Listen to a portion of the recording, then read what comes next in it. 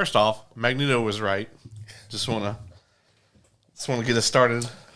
Yeah, nice shirt, by the way. Thank you. I appreciate that. Yeah. Fucking love this shirt. That's a dope ass shirt, dog. Secondly, I keep hearing Magneto was right. I need to hear about what? Well, he was right about like the people that were in charge doing the thing that they did.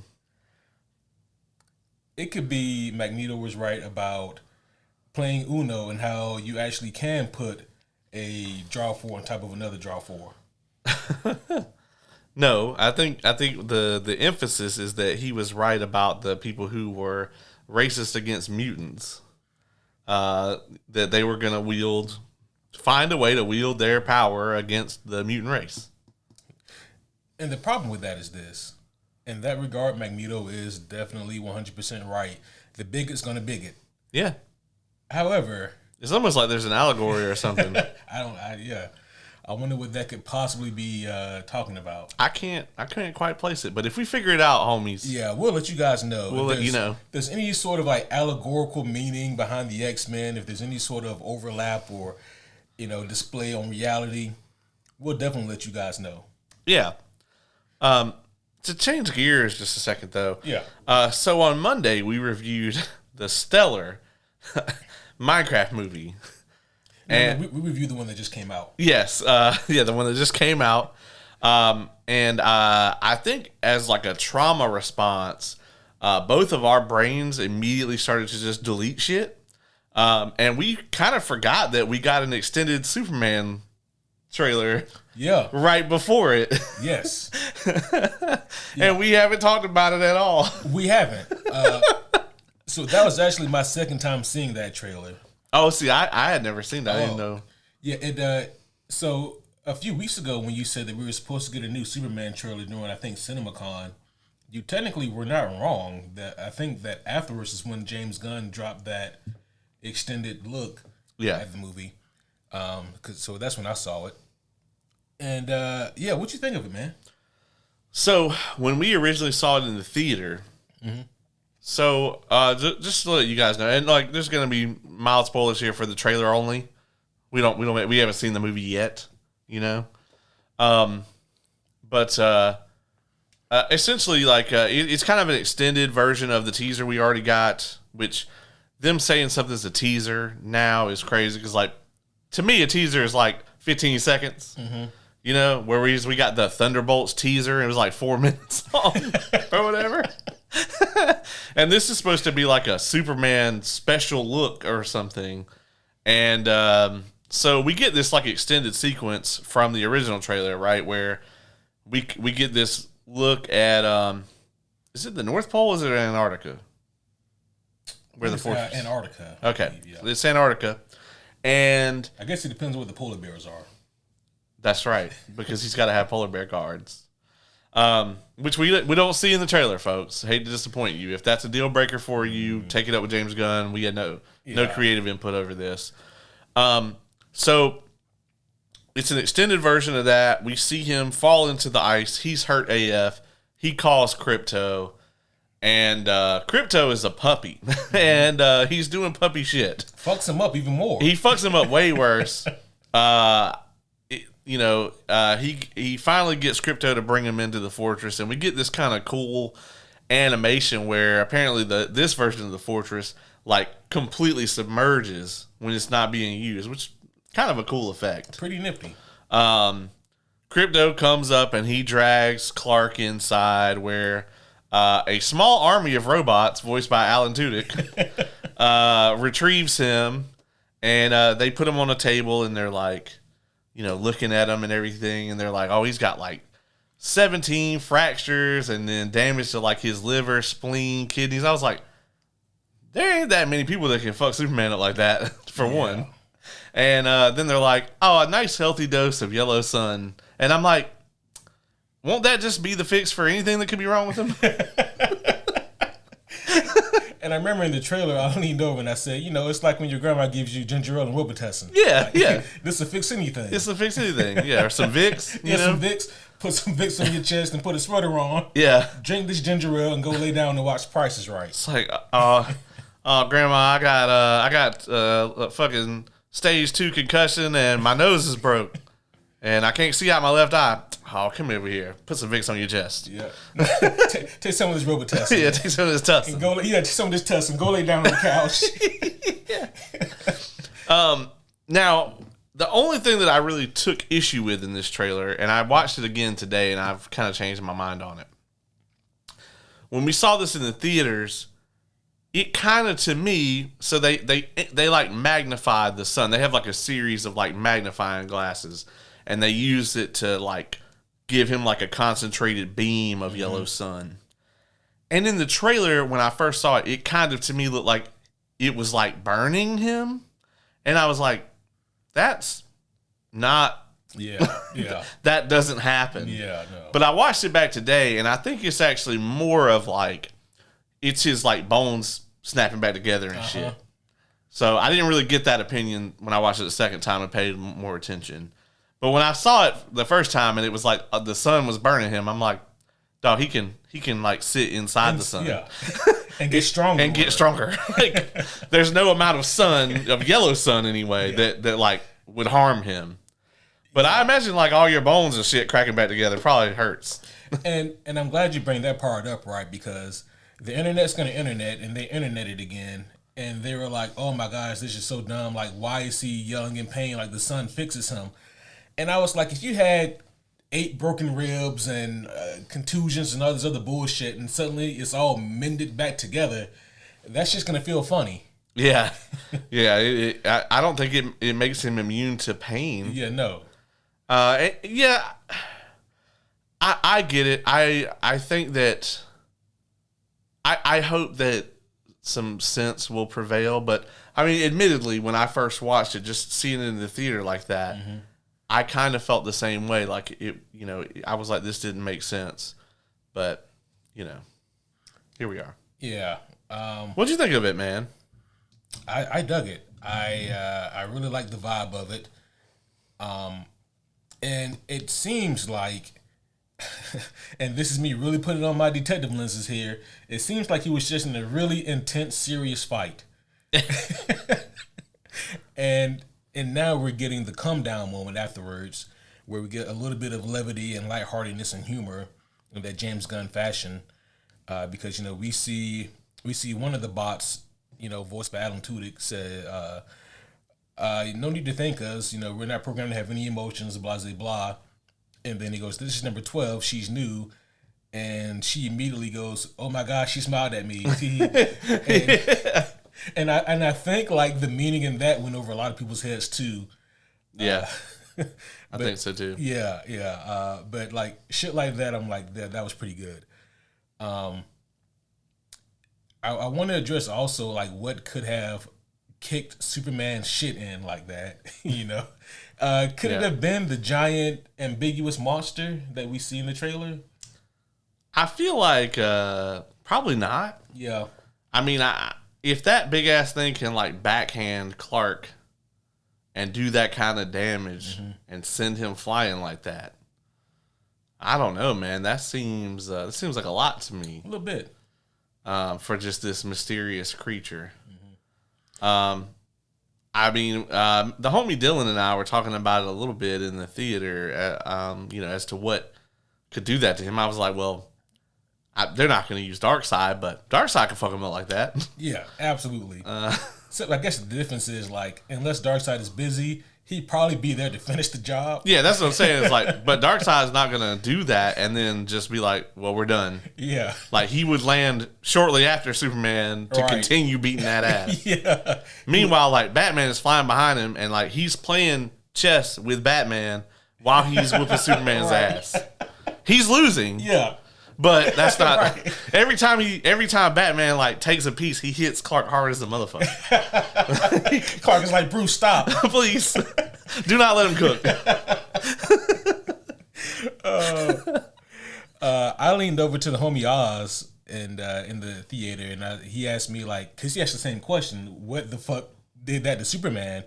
And I said, my original guess from watching the trailer, which is I think is like the amalgamation of Ultraman and Bizarro. I think that is who that is in that all black head to toe suit. There is like a letter U on the chest almost if you look at it. But yeah, I think it's probably like some kind of fucked up man-made version of Superman, who they call Ultraman, and I think he's so fucked up that he's more of a Bizarro type thing, which is why he's covered and you can't see him. Probably Lex behind this. Yeah. Oh yeah. Yeah. I would rage it to bed. It's probably Lex. We also get another brief shot of Green Lantern. Kind of. He's way off in the distance and he's fighting the monster. And you see like a beam of green light shoot at the thing. So. I'm gonna tell you now. If that thing hit Superman like that, and that's what did that to him. Hal, well, it's not Hal. It's Guy. Mm-hmm. Guy should not be there. He should leave. Because if he takes that same hit, it's gonna be I don't think his lantern shield is good. I think it's gonna go right through that, and then right through him. He's probably gonna explode. Yeah, that wouldn't be fun. You know what else though? We also now know that Guy Gardner more than likely actually survives this movie because he is going to be in the Lantern TV show. It could be a flashback. That's true. But, my money would be on him dying, but we'll see. Yeah. Just because he always kills him. He does. He does. That's just so fucked, though.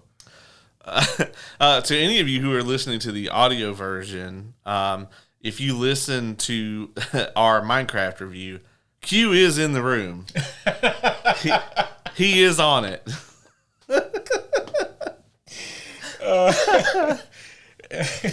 I was able to stick it out for a good 25 minutes before my brain said, we're not reliving this anymore. Yeah, that is definitely the least amount of voice lines you have ever had for an episode. That's not true. I had less on the Ninja Turtles review because you weren't on it. Okay, at all. Well, if we're looking at technicalities, then yeah, I even double checked the IMDb page just to make sure that I was remembering that correctly. Yeah, guys, definitely go check out our review of a Minecraft movie. I promise you, no matter what you think, it is way better than the Minecraft movie itself. Yeah, check out the review. Maybe not so much on the movie.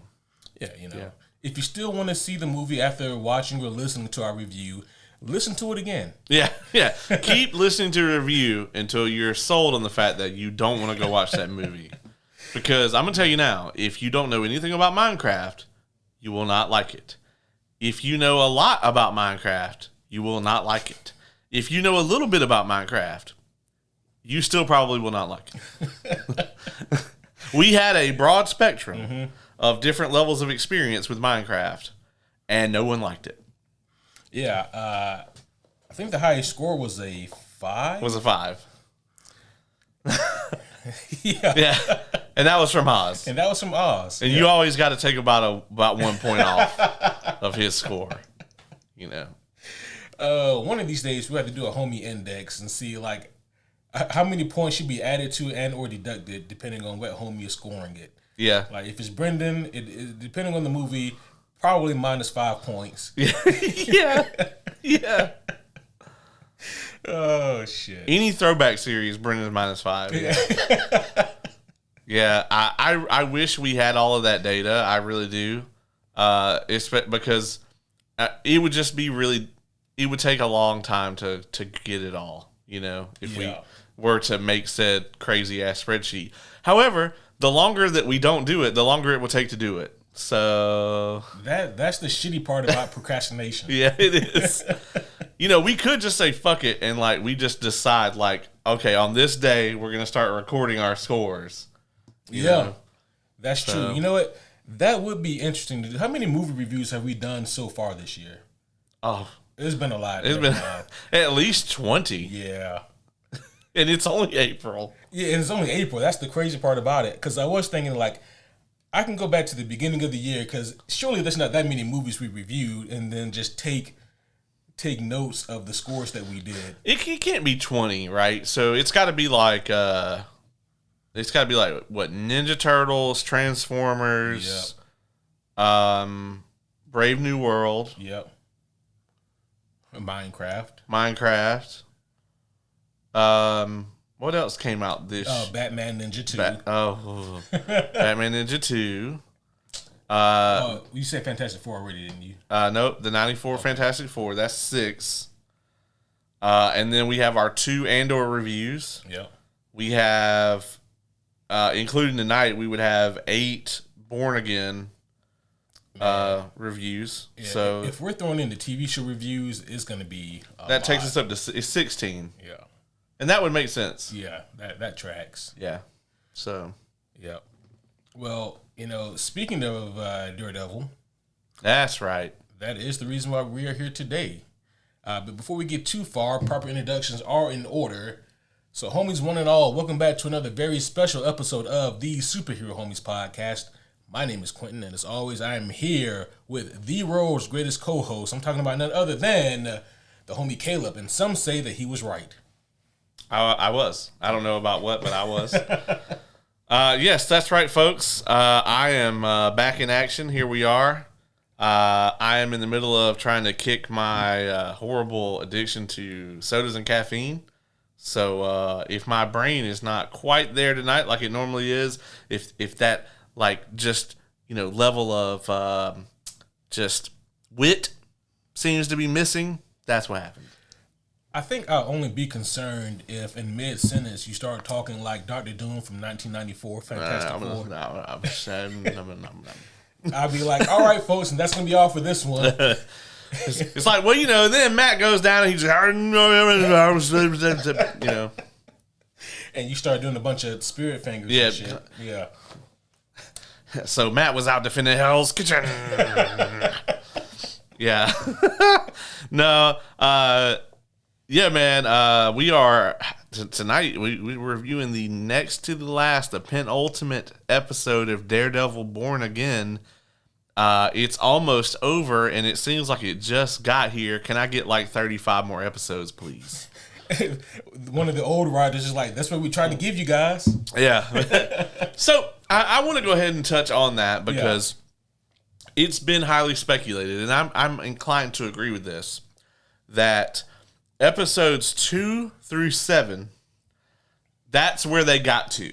So, the majority of those episodes was written and done by the old team, and, that's how far they got before Kevin Feige was like, no, fuck you guys. And so, this team, they completely shot episode 1, and they completely shot 8 and 9, and then they went back and made edits to 2 through 7 to make it all kind of jive. And I buy into that, actually. I do, too. What does that make you think, then, about the quality of what was the previous Born Again show? Honestly, I don't know that it would have been. Okay, so, them ignoring the Netflix continuity is the main problem I have with it. Yeah. Because that's stupid. Mm-hmm. I honestly, if I had to go out and guess, I think we have X-Men 97 to thank for this. Really? Because everyone said, oh, they're going to continue a TV show from 25 years ago. Mm-hmm. Or actually, at this point, more than that, 28 years? And that shit's not going to work. They should have just started over with a brand new X-Men cartoon. And they said, fuck y'all, and they made X-Men 97. They picked up from right where the cartoon left off on Fox all those decades ago. Yeah. And I think Kevin Feige was like, well, if they can do that, then we can certainly pick up our 6-year-old Netflix show storyline.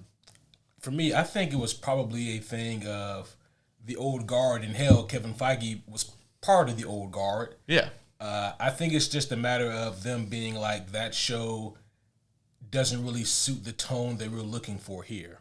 Yeah. Because they even said that they wanted to take a more lighthearted approach to their Born Again show. I think it's probably most evident in the bank heist episode like there are moments of that feel like the rest of the show, and then there's moments that feel much more lighthearted. Not in a bad way, but it just feels different. Yeah. To me, that's probably the most evident that I've seen of where they probably spliced the old shit with the new. Yeah. Agreed. But I do think that there is some credence to that theory that's been going around, like you said, about how they probably filmed up until that point, completely reshot episode 1, and then the penultimate and finale. Yeah. I mean, that completely tracks because think about the episodes that we see Dex in. Yeah. Yeah. Well, we see him in episode 2, don't we? Isn't that when he goes to? Yeah. They at the very beginning of that they have his like trial. Yeah. And so I'm guessing that the probably, new team shot that. Mm-hmm. I don't think that Dex was in the show at all. I don't think so either, which is crazy. I don't think Karen was in the show at all. Right. I don't think Foggy was in the show at all, which, you know. Full spoilers, folks. Full spoilers. Yeah, man. This episode, though, like, I thought, I had no idea what to expect going into this. And I think that they hit another home run, man. Yeah, this was tremendous. And I thankfully was able to avoid all spoilers for this episode because I just watched it earlier today. Yeah, I popped in your inbox. I wasn't sure if you had watched it yet because like I was sitting there at like 8:58, refreshing Disney Plus. Like, come on, dog, come on, man, I need some more again. And it's like as soon as it like came up, I pressed it, and like I'm sitting there just like glued to the screen. And like as soon as it's over, I was like, he probably hasn't seen it yet. So I was just like, Born Again. And I was like, oh, I bet it's a banger. Yeah. And it absolutely is. I won't even sugarcoat it or try to hide it. This was another really great episode. This is episode 8, and it is called Isle of Joy.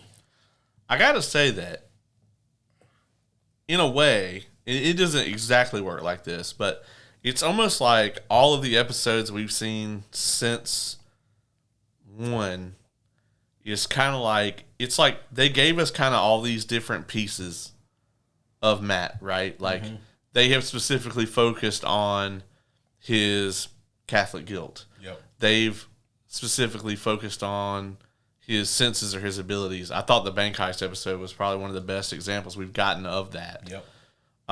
They specifically focused on the like dichotomy of his relationship with Fisk and vice versa. They specifically have shown us his ability to kick ass with Muse, and even some of his detective skills, And then I feel like in this episode we got to see all of it. Yeah. We got to see the whole picture, pretty much everything except for him actually being in the suit. We kind of got to see the whole like kind of gamut of who Matt Murdock is. Yeah, and to see so many different facets of the Matt Murdock character was pretty intriguing. And again, like you said, because they were able to juxtapose it with Fisk, and I mean, we'll get there, but I feel that tonight's episode was when we finally saw like all the similarities between the two characters, we saw like a divergence. Yeah. And I thought that was pretty interesting. So, great fucking episode, man. It is a storytelling masterclass because and this is so difficult, I think, to do in today's world because I feel like audiences at this moment in time, I feel like we've gone through so much experimentation and subversion of expectations, just all these kind of things that don't really work, right? It's like there's kind of like a backlash to things being too familiar or too normal. So it's like, well, then we're just going to go in the complete opposite direction, right? And make sure that there's no way you can predict or expect anything, but it also isn't going to make any sense. Yeah. And so I feel like now, like as a whole, audiences want they want the right amount of familiar and the right amount of new. Yep. Like it's like you can give me a thing that blows my mind, and you can give me a thing that I'm like I never thought I saw that coming. But you have to mix in enough this is familiar for it to not feel like you're doing the other thing. Yeah. You know? And I feel like this episode nailed that shit. Yeah, I don't know. I agree, man. Like, I think that it kind of baffles me that there's so many people out there that seem to not enjoy this show. I can't really put my finger on it, and the funny thing is, neither can they really. But it's just one of those interesting things because, you know, there's people who claim that they really enjoy the Netflix series as we did, and then they watch this and there's just a disconnect. And I'm not sure where it comes from. What do you think it is? Honestly, man, I think it's a vocal minority, right? Like, I think a lot of people really like this show. Yep. I think it's a big hit for Disney. I don't personally know anyone that doesn't love it. And I mean, yeah, that's anecdotal or whatever, but I think a lot of people just had it in their head that Disney could not produce a product that is on the level with the Netflix show. And they're completely wrong. This is evidence of it. Now, don't get me wrong. I think a lot of people were maybe not thrilled that we didn't get him in the suit till what, 5 or 6? Yeah. That's okay. Like, because number one, that happens in the Born Again story, the comics, you know, that's based on. So Daredevil is a comic book series, folks, and this is actually based on that comic book series. I don't know if everyone knew that. It's a fun fact. It's a fun little fact there. But I think that maybe plays into it is that, you know, people were expecting this kind of like, let's hit the ground running, fucking hell yeah, Daredevil, whatever. And this show is asking you to invest. It's a slow burn. Yeah. But it is worth it. You Absolutely. know? Very similar to when we reviewed Andor. Yeah. And I would even argue that like that show's got a slower burn than this show does. Yeah. You know? No, I would agree with that.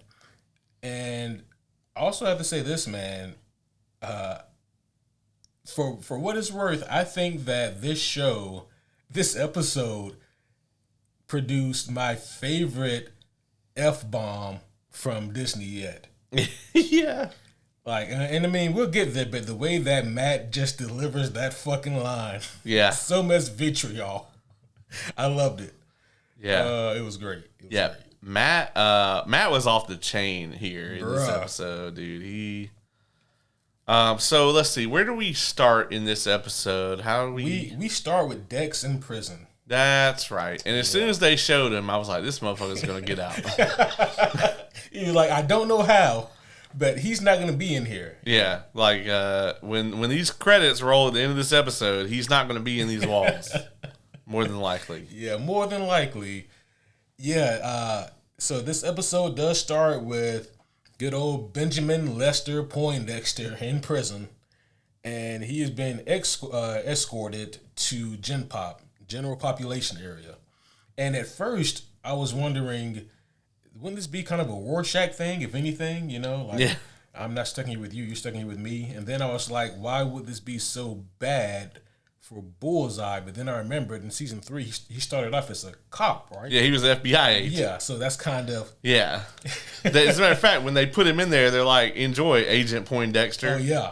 You know? So, I can't imagine that going too well. The thing they didn't think about, though, is that you put him in Gen Pop, even though there's, like, supposed to be no contraband, anything the man touches, as is evident later on in the episode, is contraband. Yeah. For him. Instantly is a weapon. Yeah. Not to mention, like, if someone attacks him, he can just kill him. And then he can use their, like, bones, teeth, etc. Yeah. Fingernails.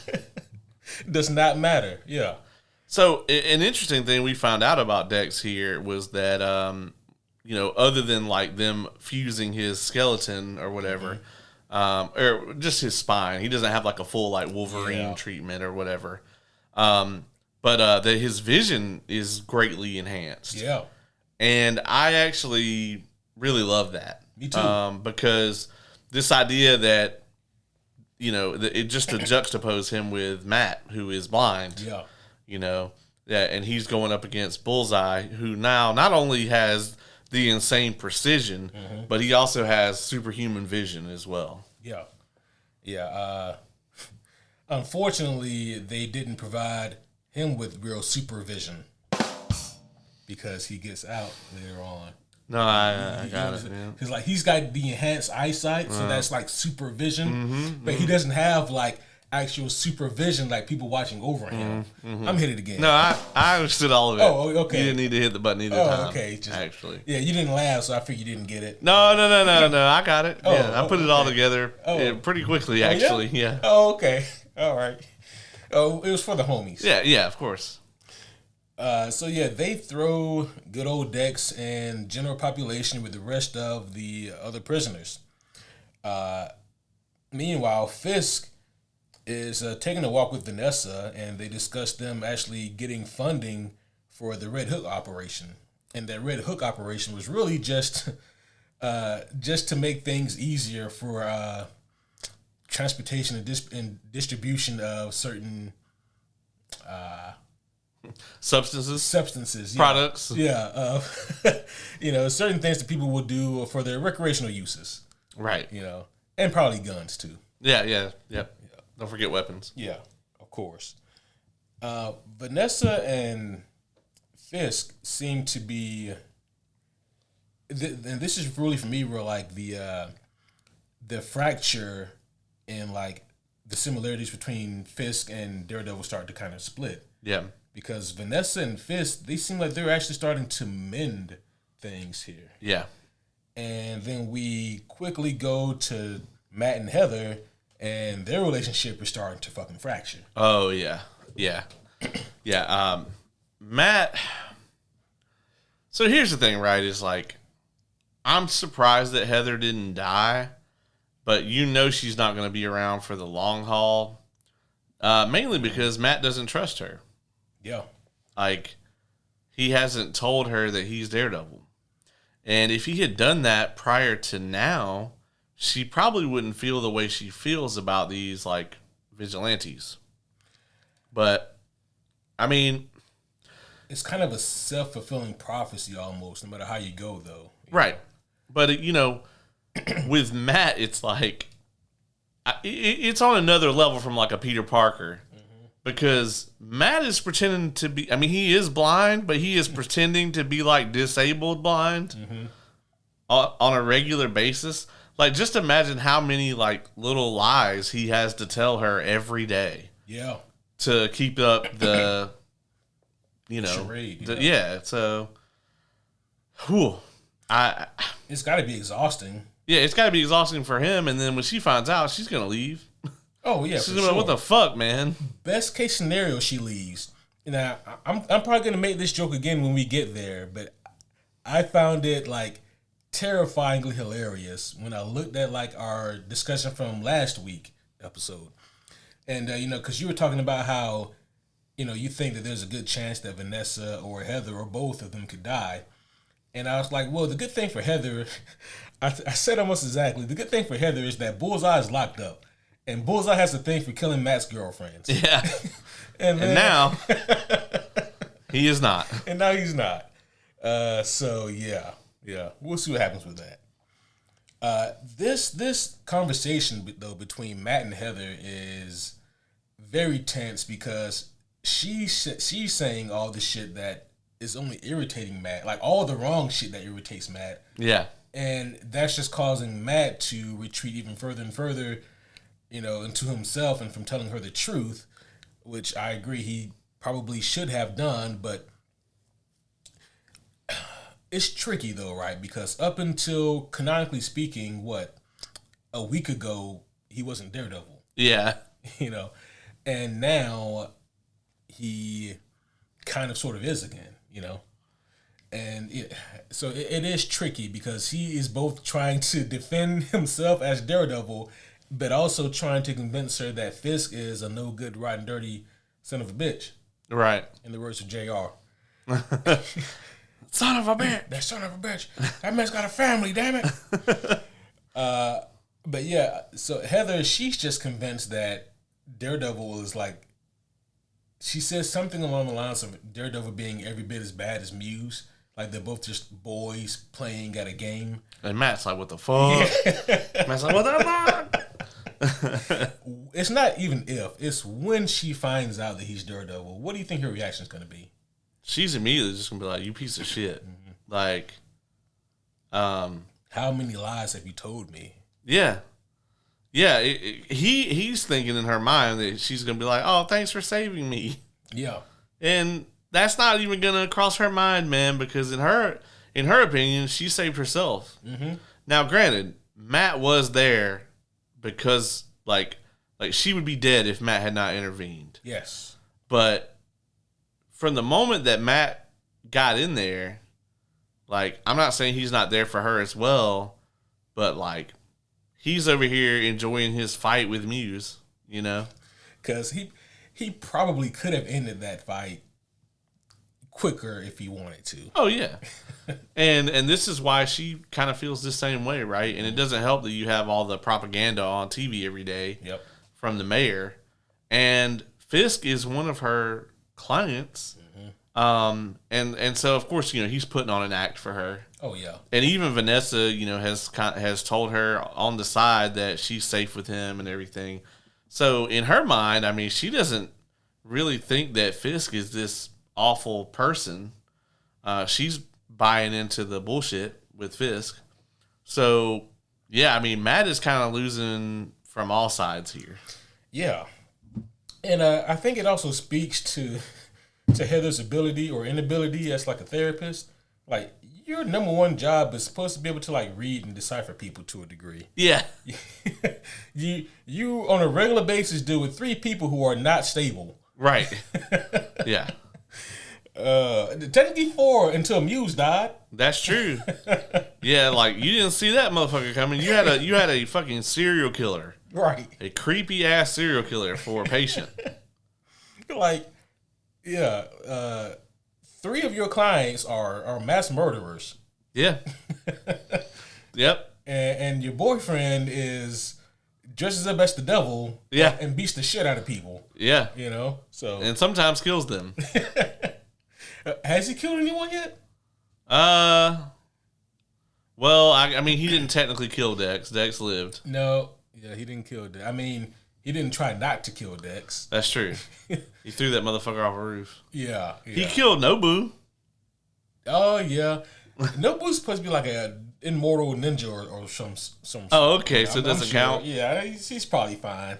Okay. He's probably fine, you know. Oh, man.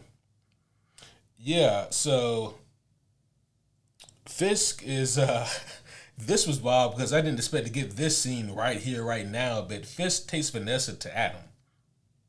Yeah, I thought this was early too. Mm-hmm. And I like how a lesser writing team would have had Fisk elaborately explain this whole scenario. But that's not a real conversation these two humans would have. Right. He just takes her down there and there's a key and a gun on the table. Mm-hmm. And she knows that he's like, I promised you I wouldn't kill him. So either you're going to or you can let him free. That's your choice. Yep. And she murders the shit out of Adam. Yep. Poor Adam, man. Like, he had a shitty couple months. Yeah. If anything, if I was trapped down there, I'd probably be glad it's over with. That's true. I wonder if Fisk ever went down there again with like that similar proposition, like, here's an axe, yeah, and defend yourself against me. Like, I wonder if that escalated any further. He probably did about 20 times. Here's this pocket knife. Yeah. I've brought you a flamethrower, Adam. This is a fully fueled chainsaw, Adam. And he just keeps bringing them shit. Yeah. Adam's like, can we just play like 2K or something or Call of Duty? Yeah. Can I beat you in that maybe? And then we just, kind of. No, Adam. Yeah, so yeah, she kills the shit out of Adam though. Yeah.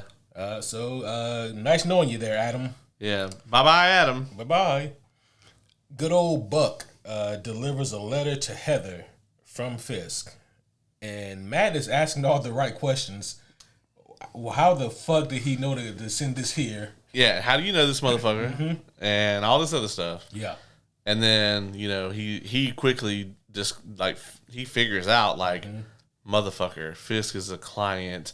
And then he starts immediately trying to explain to her, he only went to you because he's trying to keep tabs on me, and she doesn't know he's Daredevil. Yeah. So he just sounds like a complete fucking lunatic to her. Yes, he sounds like a crazy man right now. And for the rest of the episode, he sounds like that to Heather. Yeah. and to me a few times. Yeah. And it's like, bro, this would be so much easier if she knew. But then there's always that chance, because where is the point of no return? Right. If Matt were to tell her in this moment that he's Daredevil, is their relationship salvageable? Right. And then if it's not salvageable, then what happens with that information? So he's not a client, so she can snitch on him. That's true. So I don't know, man. Shit can get different. Yeah, I mean, I feel like, though, if you're to the point where, if it was me, right, if I'm Matt and I'm going to get to the point where I'm, living with somebody, then they got to know. Mm-hmm. Mainly because, I'm going to be too lazy to pretend to be a blind person the whole time I'm at my house. A normal blind person. Yeah. Yeah, that shit would get kind of old after a while, I'd imagine. Yeah, it's I can't even get up in the middle of the night and go pee without finding my fucking walking stick. Right. And playing that shit up. No, I got to pee, dog. I'm going to run to the bathroom. Yeah. Well, maybe, you know what? When I get up to go pee in the middle of the night, it's pitch black. And I just hope that I hadn't moved anything out of the ordinary. So I imagine Matt probably does the same thing and she doesn't think anything of it. Well, maybe not, but especially when he was cooking and stuff. Yeah. And you see him be feeling around no, dog, you can just reach over there and grab that carrot. Right. Yeah. You can hear the carrot growing. Oh.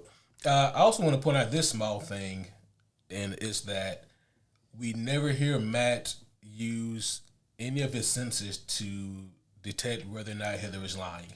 Yeah. When he asked her, is Fisk your client, he couldn't listen to her heartbeat and get a definite. He put all the clues together, but if he wanted to know for a fact, he could have just listened in. Yeah. But he doesn't do that here.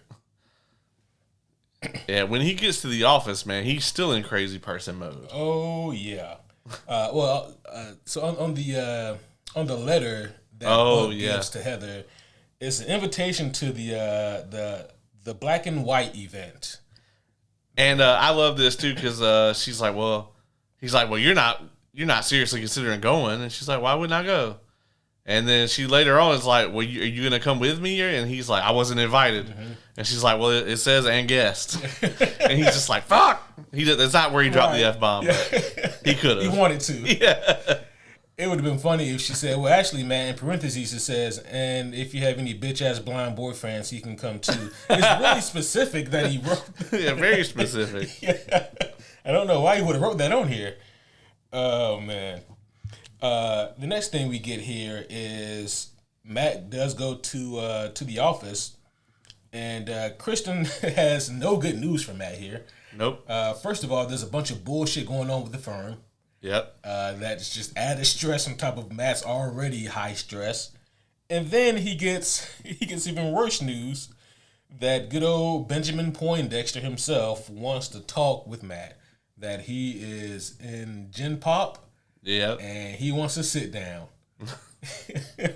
And Matt's like, bitch. What the fuck? And she probably should have waited to tell him that, But she doesn't know. Yeah, she doesn't know that he's already off the rails. Yeah. And then they go talk to this client. Man, look, this Matt snaps at this client. Yeah. Matt's you lying sack of shit. Yeah. Uses his senses to tell this dude's lying. He immediately calls him out for it, which, I mean, there are more tactful ways to do this as a lawyer. you just be like, look, you got to be straight with me if I'm going to defend you. Like, I don't care, but if you did it, tell me you did it, and I can defend you that way. And I mean, technically, that is what they're supposed to do, because they can still get charged for perjury if it's proven that they knew you were going to give false testimony. Yeah. So, but it's the line after he snaps on this guy and they go back into the hallway. I love this line that he gives. Is it about we're not serving justice? Yeah, he says, we're not serving justice, we're babysitting chaos. Yeah. Yeah, I also thought that line was dope, too. That's why I wrote it down. Yeah. So that's a great line. That shit imprinted on me so hard, I didn't even have to write it down. I have nothing here. I just remembered it. I was like, I'm going to use that shit. Yes. That was a great line, though. Love that shit. Yeah. I mean, because she's right. Like, you look at everything that's going on right now, and it's everything that they can do within the realms of the law to keep everything together, Yeah. I actually think Daredevil's using his senses outside right now. Right. It's a loud-ass car outside. Yeah, somebody just got some new speakers, and they trying to test them out. But, oh, man. Yeah, man, things don't seem like they're going well at work at all. And she's very pissed at him. Yeah, she's super pissed right now, Kristen is. I'm going to be mad as hell if this shit picks up on the microphone. I'm pretty sure some of it probably will. It might. These are typically pretty good at filtering out bullshit ambient noises like that, though. We'll see. That's true. We can't skip over this. Oh, our favorite character, good old Daniel, he made deputy mayor for communications. Do you think... So, the chick that was, like, already there, is she, like, his chief of staff? Is that her role in Fisk's organization? Got to be something high up there. Do you think she finally has just said, fuck it? I hope so. I don't like the conversation she had with Daniel at the ball. Yeah. That did not bode well for... Sheila, that's her name. Yeah. That did not bode well for Sheila. No. He was like, yeah, I'm not really that worried about it anymore. Because it kind of felt like she was trying to, like, win him over a little bit. And that's why I'm just like, she just said, fuck it? Like, was Fisk making this fucking moron deputy mayor of communications? Like, was that it? Was that just the last straw where she's just like, you know what? I'm just going to let them do whatever they're going to do. It might be like that, bro. It might be like this, right? Imagine that you're on the Titanic and you see the iceberg and you're like, hey, guys, look, there's a big-ass iceberg. There's still time. If we do the right things, we can get out of the way of this thing. And instead, like, the actual captain of the ship and, like, one of his left-hand man is like, no, I think if we go full speed ahead, we can just go through it. I'd be like, cool, I'm going to get on one of these lifeboats right now. Yeah. Except poor Sheila has no lifeboat. So, I mean, she seems like a career politician of some sort. So, she might just be kind of stuck here. Yeah, that's true. But, yeah, making Daniel the deputy mayor for communications is an awful idea because Daniel is terrible. Yeah. Daniel is like the worst in all the wrong ways. He is awful. But we all know a Daniel. We all know a Daniel. His name should have been Todd. His name should have been Todd. And he's just this ass-kissing, brown-nosed, like false bravado motherfucker. But like when the shit actually goes down, they're nowhere to be seen. And he doesn't have a single functioning brain cell for himself. Like, he gives his brain to the person he worships and he's basically like saying, Fisk, think for me. Yeah. He's one of those motherfuckers. Yeah, and I think BB has had his number from jump. Yeah, well, he did unfortunately have one up on her the last episode with the task force shit, which is why he made, this new position. Yeah. Because he did strong arm BB into putting out that bullshit ass piece about the task force being the ones to stop Muse and not Daredevil. I love that we learn in this episode that she's been playing them. You know? Which we already kind of suspected, but she finally came out with it like, I know that he was the main suspect in my uncle's death. I was like, that's got to come up at some point. Exactly. And that's why I'm here. Like, when it's all said and done and, like, Fisk finally goes down, if it was for Ben's murder, I would love that shit. Oh, yeah, same. That would be amazing. That would be great, right? Because if you think about it, so much of the other shit that Fisk has done is tied up in shell corporations or like 6 degrees of separation. You know what I mean? Yeah.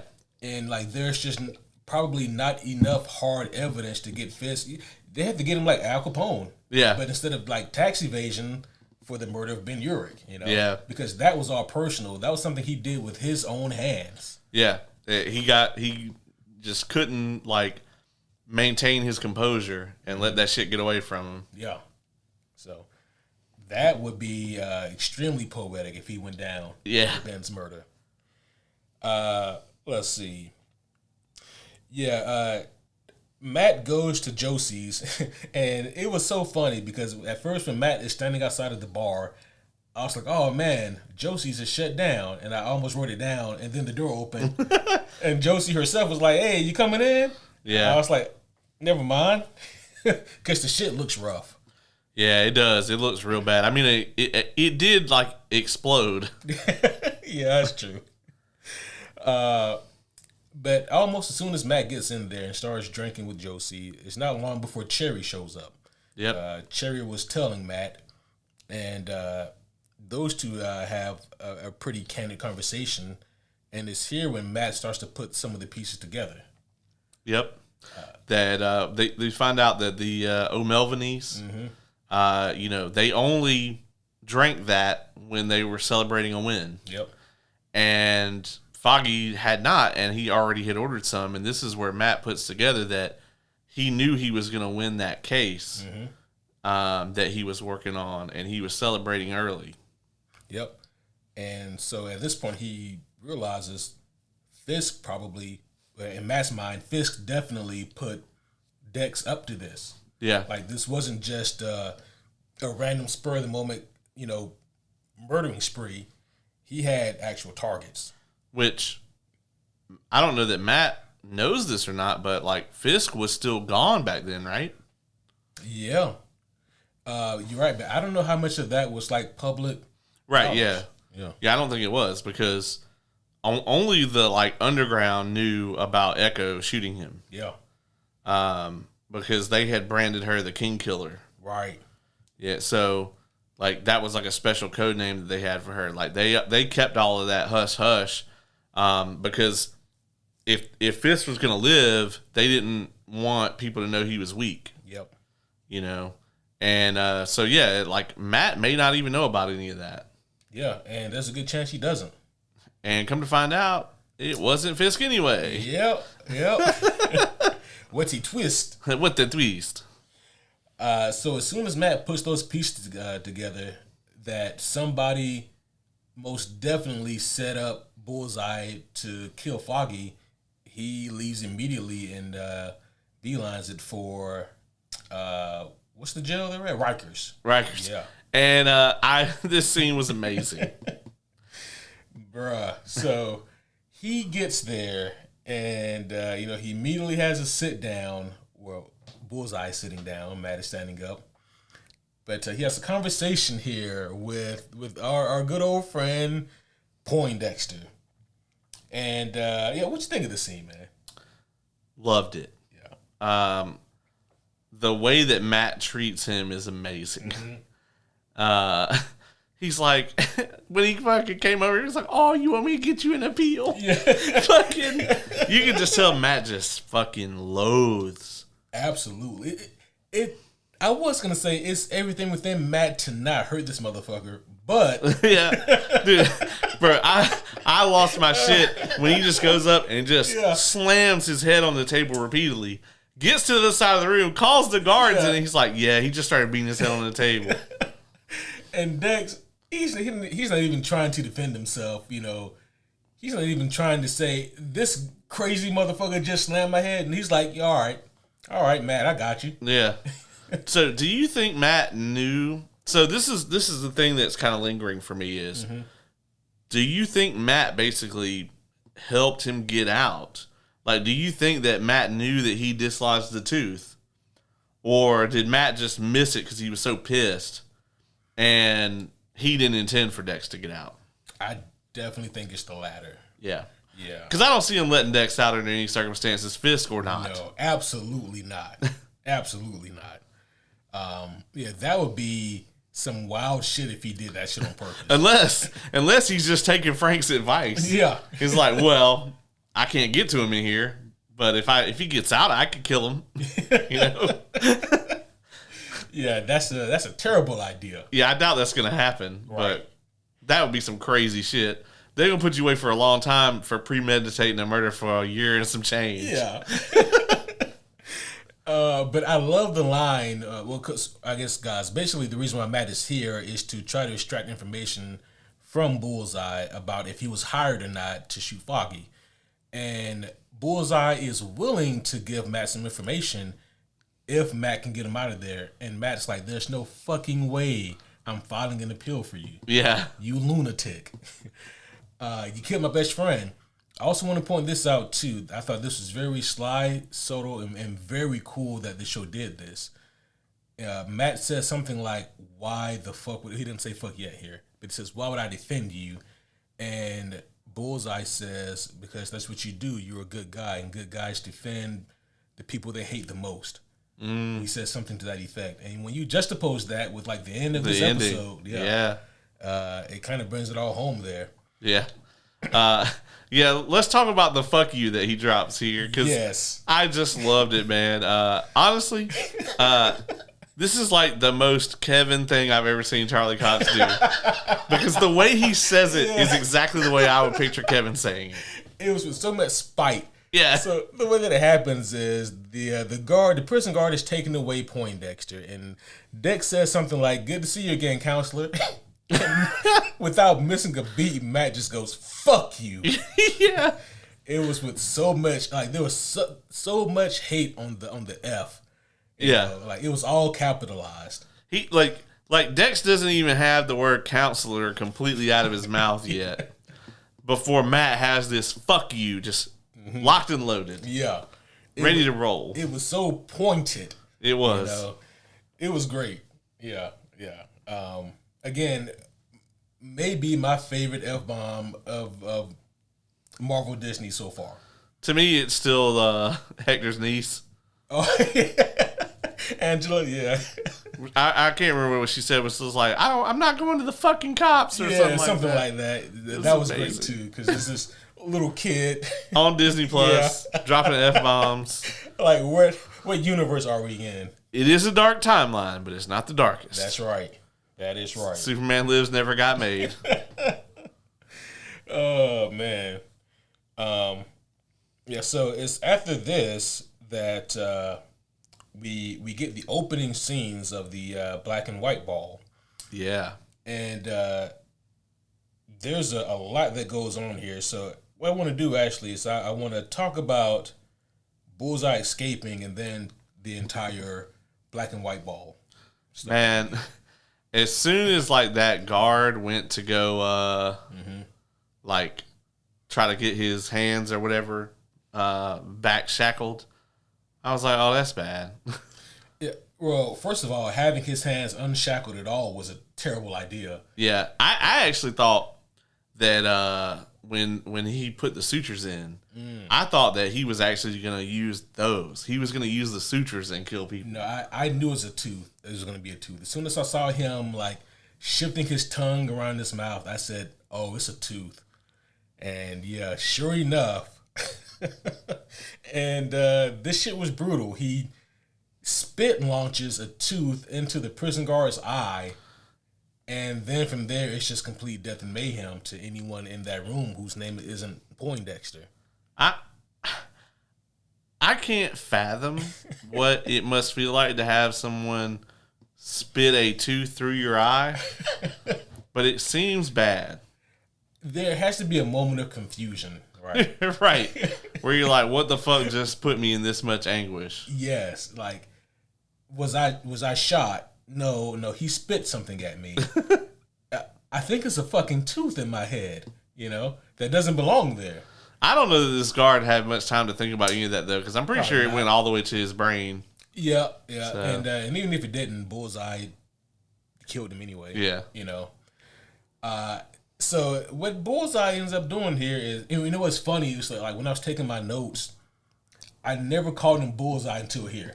Yeah. You know, and then it was like, oh, yeah, this is fucking Bullseye now. But he takes a prison guard uniform, you know, dresses up, and he's able to make his escape that way. And I was like, motherfucker, this is terrible. Yeah, this is not good for anyone. Oh, man. So, yeah, we will come back to Poindexter in just a moment. And in the meantime, the black and white ball. The balls on Vanessa. She comes out at the black and white ball wearing a solid red scarlet dress. Yes. That takes some cojones, man. It does. That is some flashy shit. Right. And I'm like, you know, that's some real Bridezilla shit you pulled there too, Vanessa. Like, oh, okay, I get it. Everyone else is, you know, has to abide by the rules of the ball, but you know, you get to dress up in this fucking, you know, crimson red dress of yours.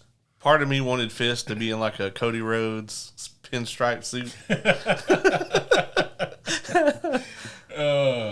Well, the problem is there is no adrenaline in his soul. That's right. Yeah. Yeah. So yep. he couldn't do it, or melanin. Oh yeah, I'm glad you said it because that's all I could think of. I did not love. I actually kind of was hoping that Fisk was still gonna have the red bow tie on also. Yeah. But because he looked wrong in the solid white suit. Solid white. They should have gave him like a black bow tie at least. Or what's wrong with him having like the purple ascot? You know. Yeah. Something. Yeah. But just like the complete solid white suit, man, he just looked, something was wrong. He looked like a painter. Like he just been somewhere with like, he was painting a room white, you know? Yeah. Oh man. You know, we do get this scene here with with Daniel and BB.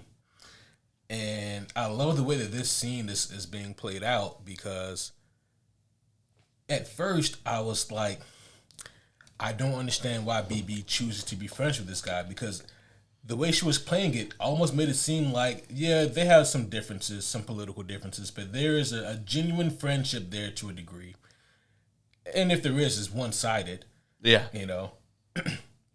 But I don't even think that there's a one-sided friendship there. I think that Daniel thinks that he's playing BB. Yeah. You know? I do think, though, that he thinks that he's going to get to hit it.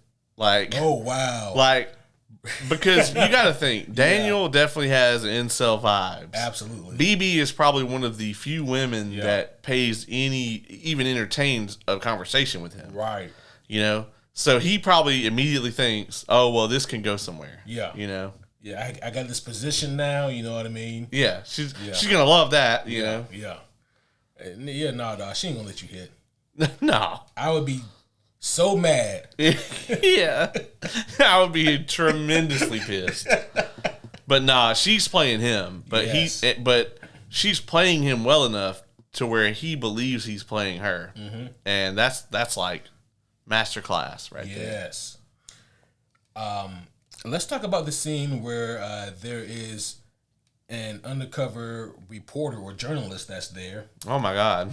And Fisk gives the signal to Powell to go handle that. And Powell is such a piece of shit, man. God, he is, dude.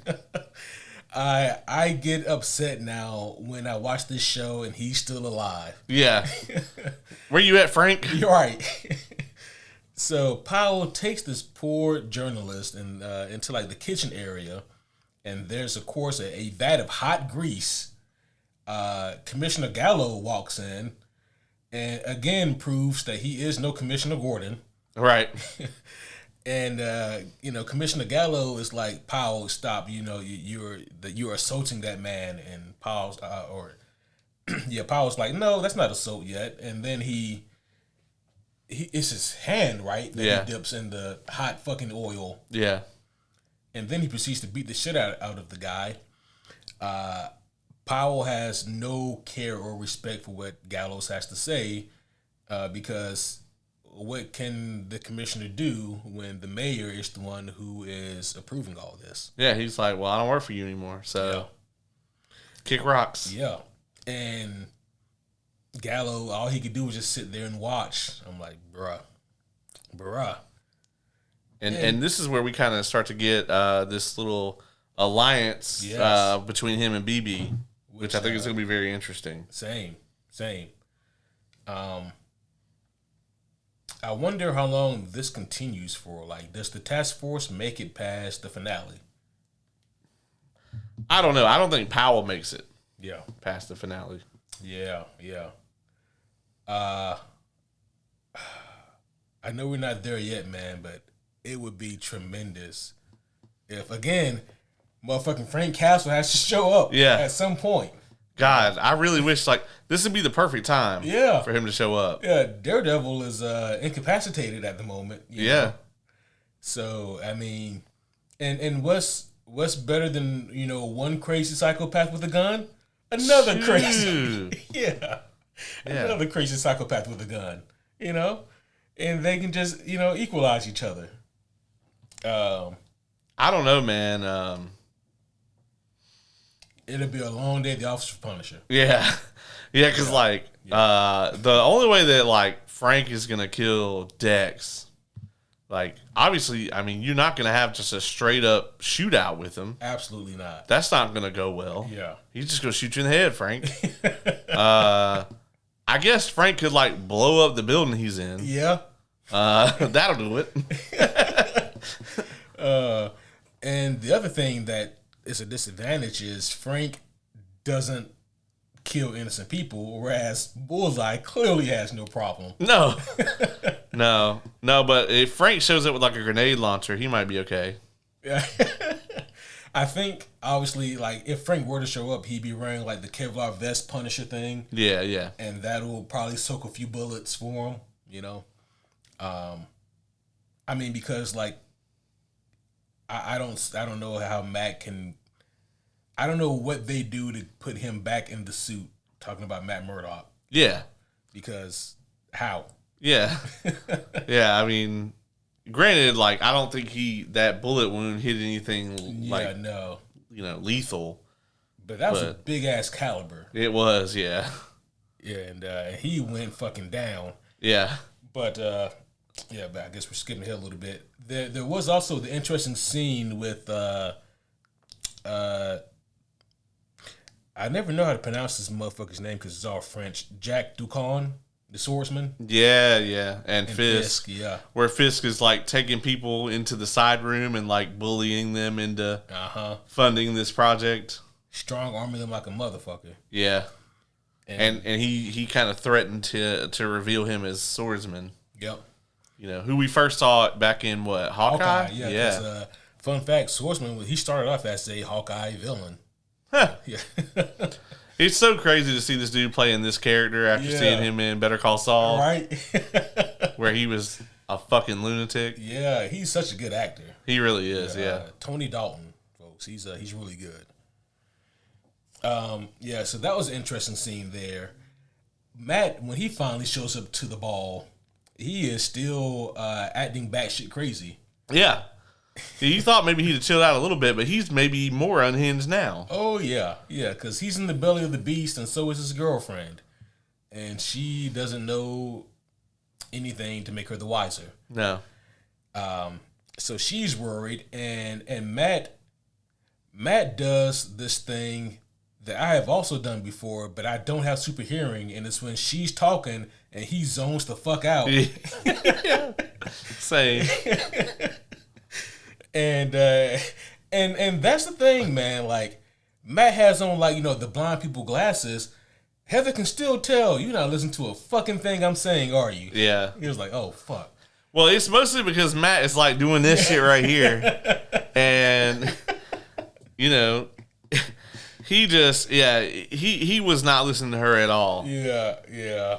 I'm like, Matt, you are not helping your case at all right now. And she's livid, dude. Understandably livid. And then finally he questions her about Fisk again. And when that doesn't, when she refuses to like tell him or whatever that that Fisk is a client or any details, he's like, he tries to go back again to the whole like, well, he's targeting you to get to me or whatever. Mm-hmm. And she's just like, why would he do that? And he's like, let's go fucking ask him. Yeah. And so Matt is beelining for Fisk, and Fisk has this look on his face like, oh shit. This is not part of the plan. And but then they hit the spotlight, and Fisk and Vanessa have the first dance. Yep. Matt, never wanted to be outdone, says, hold my fucking cane, and and he hits the dance floor. Yeah. And he's listening in the whole time to everything being said. This is very clever because Fisk knows that even like with the whisper, Matt can hear. Yeah, so when Vanessa sees Matt, she goes up to Fisk and she's like, I got something I got to tell you. And he's like, oh, no, not here. Not right now. Yeah, he knows, like, listen, if it's really confidential, don't say that shit around him. Yeah. Not if we are in the same building with Matt Murdock, you don't say shit. Yeah, so I guess it is important at this point to make the note that a new player has arrived. Bullseye has entered the arena. Yep. And he has stealthily killed his way up to the balcony, and now he has acquired a fucking rifle. Yep, and this is like the one thing you don't really want him to have. You don't want him to have distance, height, and a rifle. Yeah, and like you definitely don't want him to have all three of those things. Yeah. Like you really don't want him to have just one of those three things, but you definitely do not want him to have all. Not all three. That's awful. Yeah. That's so bad for everyone. Yeah.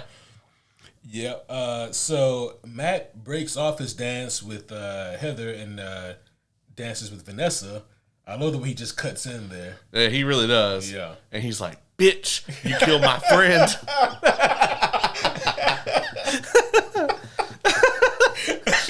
I think we might have watched a different version. In so many words, he's like, bitch, you killed my friend. But no, he just cuts right to the chase, you know? You get it? He cuts to the chase because he cuts in, you know?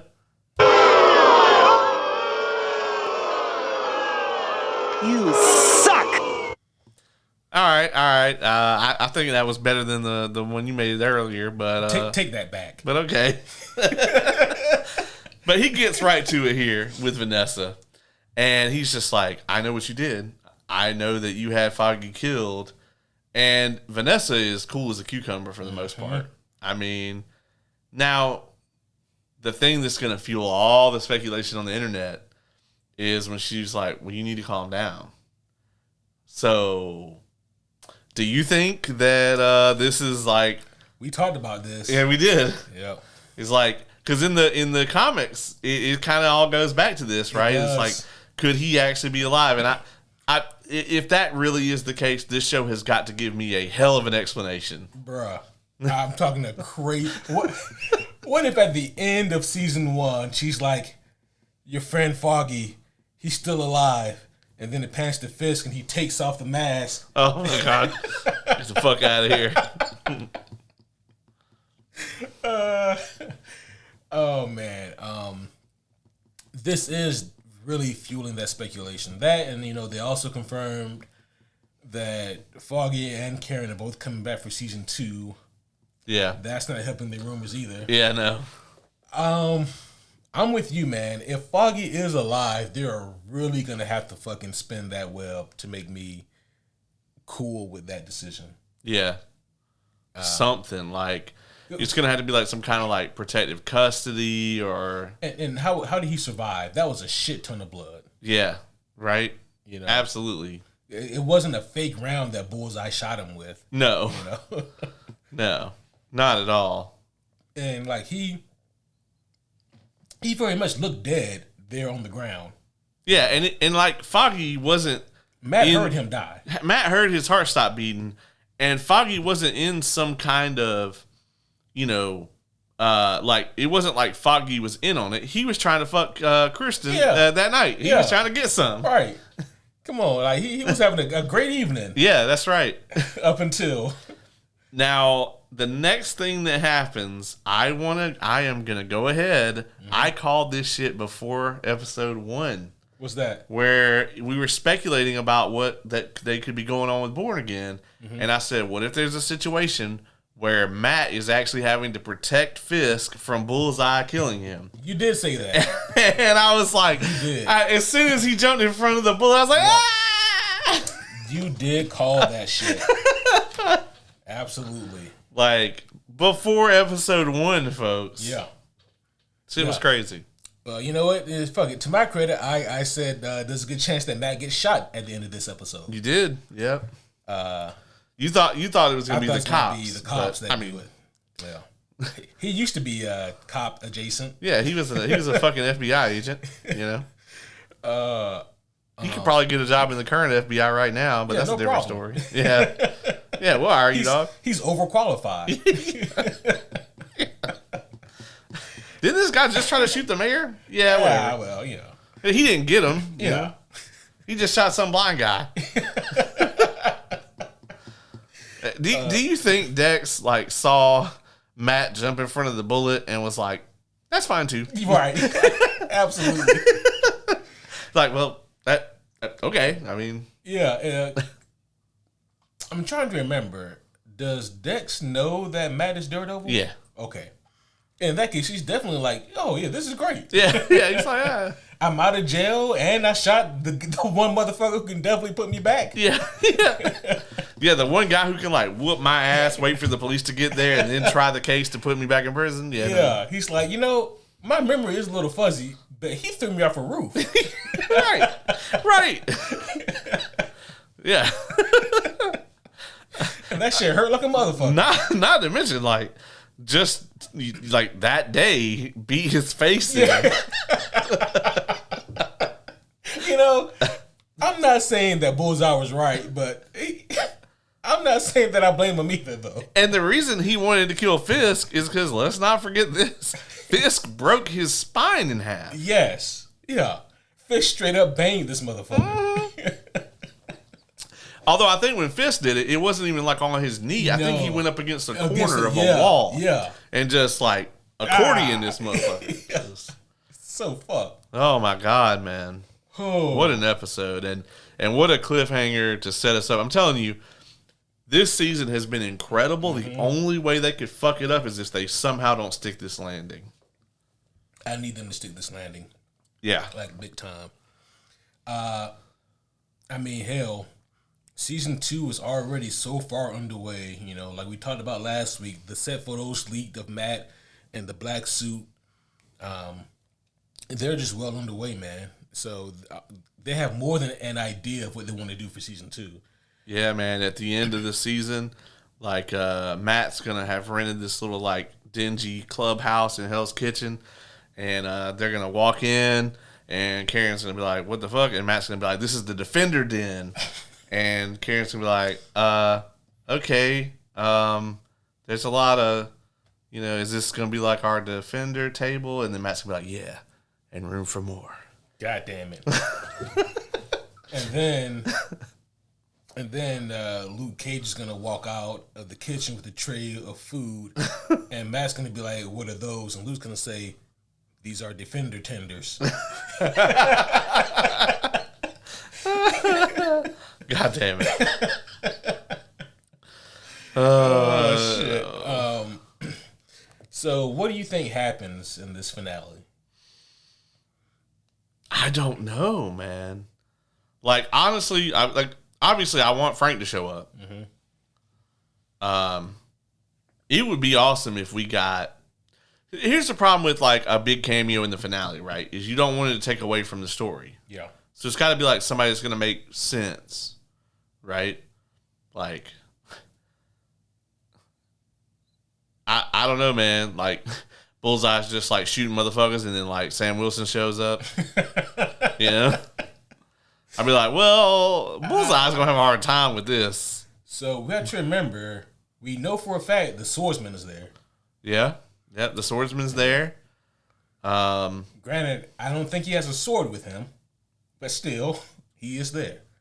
Fucking Tom Holland is gonna be there, taking pictures and shit. And then they're gonna send Fisk is gonna be like, get this motherfucker out of here. And then he's gonna like fuck up the cops. You know? Yeah. Goddamn. Oh, that would be amazing, but there's no way that's gonna happen. I know. That would be good though. That'd be so damn cool. It would be so crisp. I don't know, man. I think Frank maybe shows back up. Somebody's gonna have to do something, bro, because Matt is not in a position to fight Bullseye right now. No. Or anyone, really. Right, or anyone. He's losing a fight with consciousness. Yeah, he probably can still beat us up. Yeah, oh yeah. But he can still beat up Officer Powell. Yeah, right, yeah. But like he can't fight like Fisk or Dex. Yeah, I don't know, man.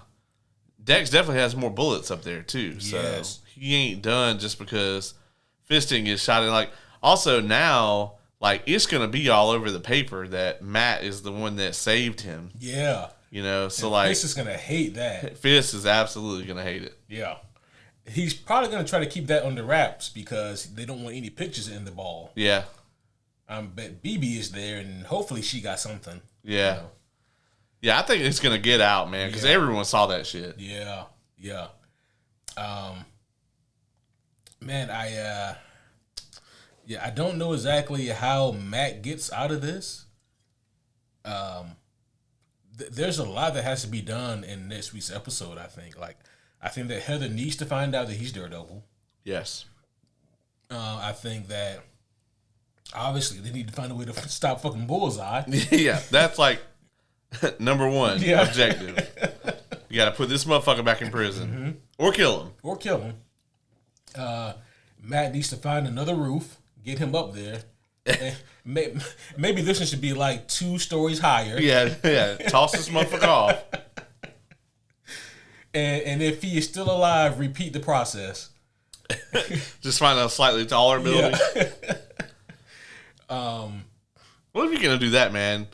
If you're trying to be precise, just go up 1 story at a time. That's true. Yeah, because you don't want any unnecessary, falling. Right. Yeah. You don't want to go too far.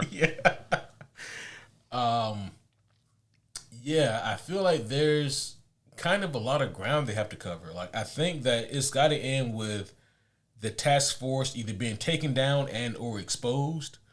Obviously, Bullseye has to be taken down as well. Fisk has to be painted like the monster that he is in the public eye, I think. Yeah. I'm not saying that he's going to lose his position next episode, but he's going to be painted to look like a fucking villain in the public eye. I think so. Mm-hmm. Even if that's like the last thing that happens. Yep. And I think that I'm gonna step on a limb here and say I think that his relationship with Vanessa, something's gonna happen with that next episode. Do you think that Matt is gonna tell Heather, or do you think Fisk is still gonna tell her? Because he was sure about to. Yeah, he was. Oh, man. And what is Fisk's reaction going to be when Vanessa does tell him that she put out the hit on Matt's best friend? Kingpin's going to be pissed. Yeah. He's going to be turbo pissed. He's like, you don't know how fucking angry that blind motherfucker can get. Yeah. Yeah, he might not be fucking with us so badly right now if all this weren't the case. Just pan back to that shot of Daredevil sprinting towards Muse in the tunnel. Yeah, that motherfucker gets real angry real fast. So. Oh, yeah. Like, that shit with Muse was horrifying. Oh, yeah. And I don't necessarily mean Muse. I mean Matt running through that tunnel. Yeah. Muse was also horrifying. So I don't know, man. I think that next episode, it's kind of like this one. I'm still walking into it blind.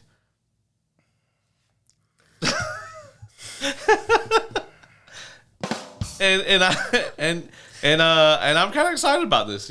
I really think that we're in for a hell of a finale, and I feel like we just got here though. I need season 2 to come out quickly. Yeah. Hell, if they're filming now. Oh, we should get it around the same time. That's exciting. That is exciting.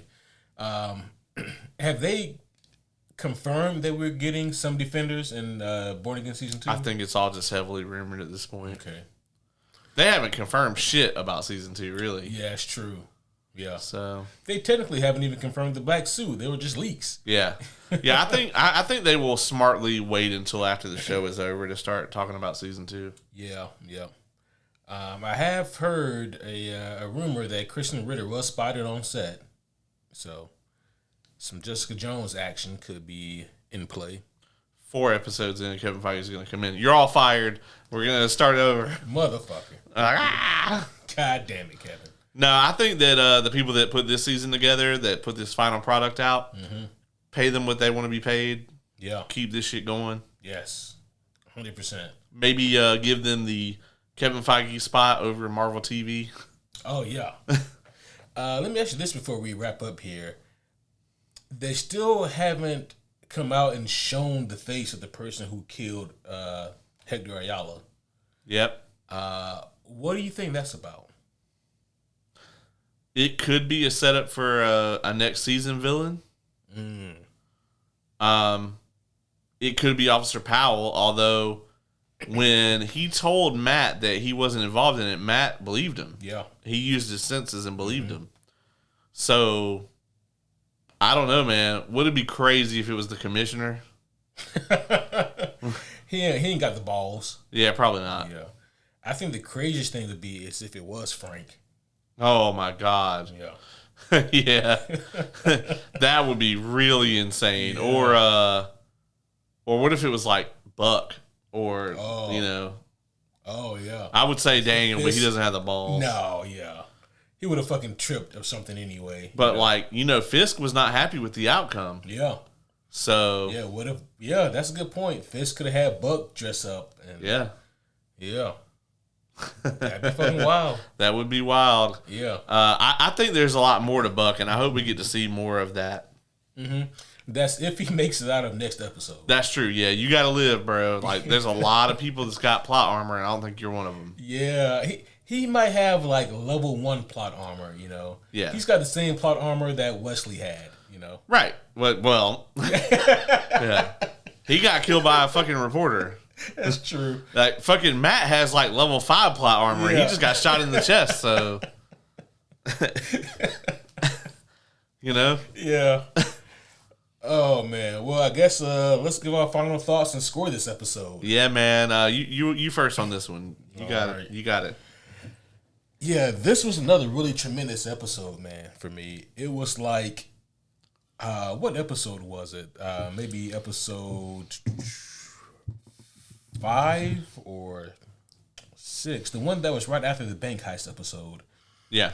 That episode I thought was damn near flawless, and it was just what you want from an episode of gritty, grounded Daredevil television. And episode 8 I feel the same way about.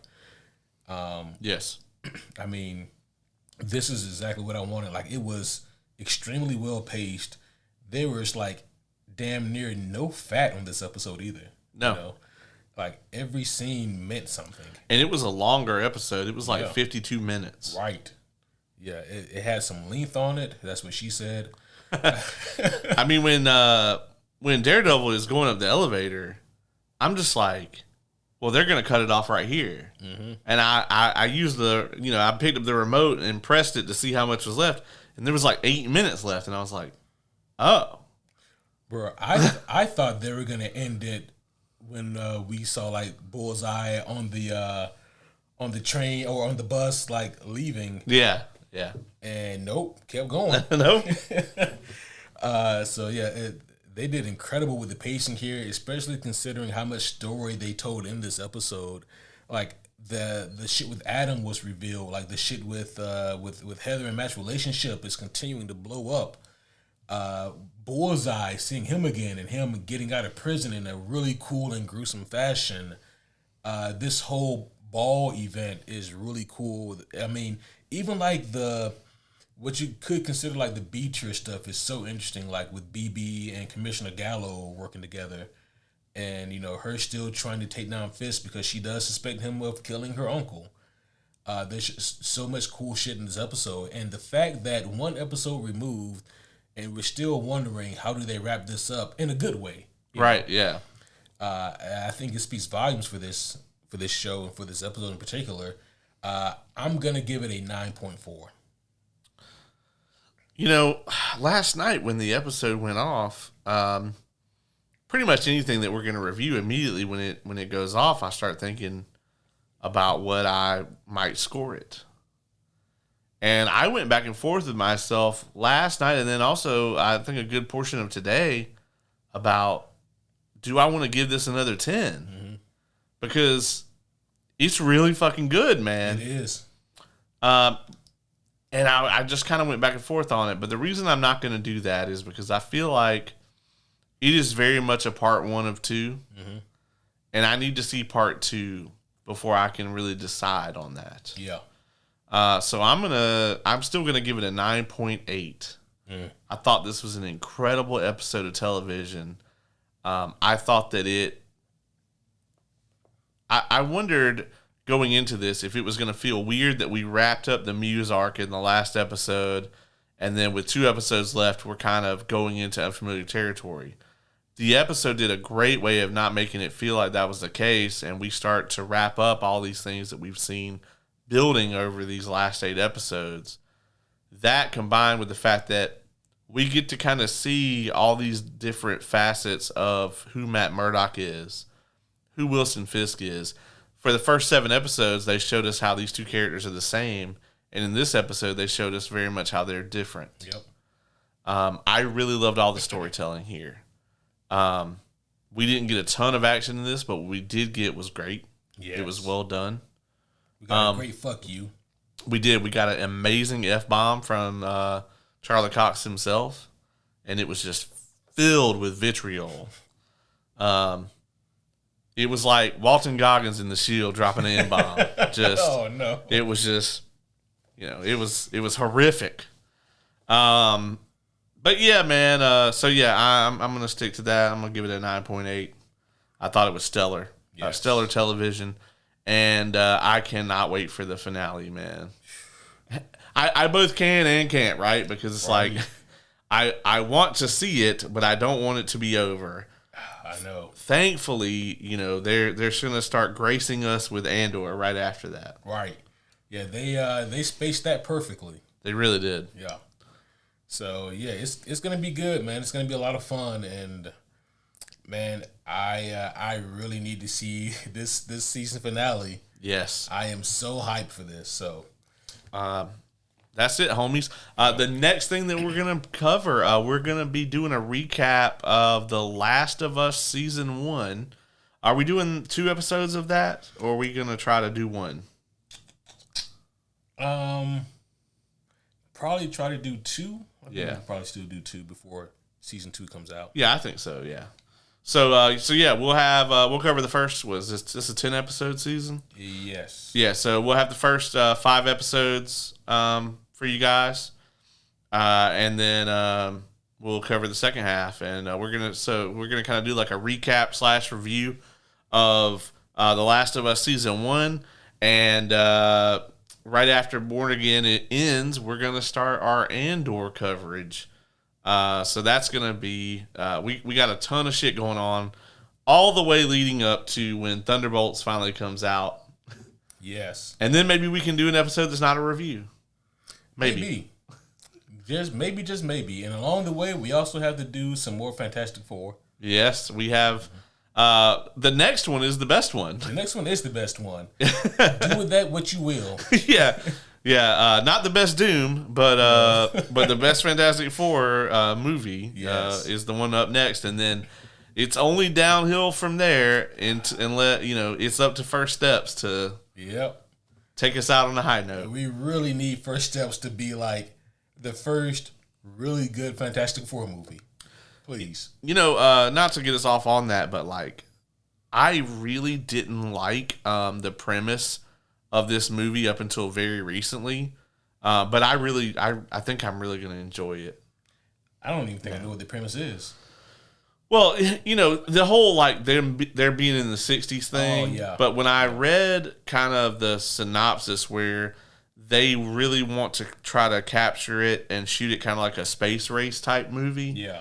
And kind of get that sort of like 60s, like the space race optimism into it. I really dig that shit. And the fact that the family is going to be famous before they have their superpowers. Like, they're superheroes now and they're famous for that. But they already were like world famous just for being who they were before they got superpowers. Yeah. I really think that is just a fantastic way to go for it. To go for it. No. You don't get it for that. No, in all seriousness, though, I think that's a great way to set it up. Yeah. I am cautiously optimistic for First Steps. We'll see what's gonna happen. It's so hard to get right. It is, man. It really is. Unlike Blade, That's the thing, right? They're like, man, we know that like they've never made a good Fantastic Four movie, but I think that we can do it. But this Blade thing, how do you do it? Yeah, I mean, we got 2 really fucking good Blade movies. Yeah. And then, there was a third one. Yeah, but Ryan Reynolds, Triple H, Norman Reedus, they were all there. Just weird as fuck. But. Yeah, but yeah, man, Thunderbolts I am looking forward to as well. I guess that is like the safer movie of the 2, out of Fantastic Four and Thunderbolts. I can't wait to see how they don't beat the Century because what the fuck? It's gonna be. I think Thunderbolts might be just this kind of dark horse, right? Where I think they're gonna. I think it's gonna have a damn near Guardians of the Galaxy level reception. It could. It very well could. And some of the characters definitely have like the charisma and the bravado to do it, and some of those characters need that. Yes. Yes. And then we found out that they're gonna heavily play into Doomsday, or at least they'll be in it. Yeah, that's true. In my opinion, the extent of them in Doomsday is going to be like, oh, well, we don't have the Avengers. Let's call these guys. And I think Doom is just going to fuck them up. Maybe not kill them all, but they're not going to do well. Mm-hmm. Man, I could go all day like with theories and whatnot. Yeah. What I want to happen, what I think could happen. I mean, I would love to see a different version of Wakanda in the Fantastic Four movie. Yeah. I mean, Fantastic Four, Black Panther made his first appearance in that. I would love to see a connection there. And obviously Doom or Liberia and Wakanda have a very interesting sordid history as well. So, it'd just be cool to see. Yeah, what if like just like a couple minutes into the movie, Reed is like, oh yeah, I would love to, but I got a meeting with the King of Wakanda, and he walks in, and Aldous Hodge is just sitting there. Oh my! Oh, you mean me? Because I don't. the disrespect is getting out of hand. Well, maybe you could be the Fox X-Men T'Challa, and then that universe, is probably going to get deleted. So, why can't I just swap places with Aldous Hodge though? Because he's more famous. And there you have it, folks. The truth of the matter has come out.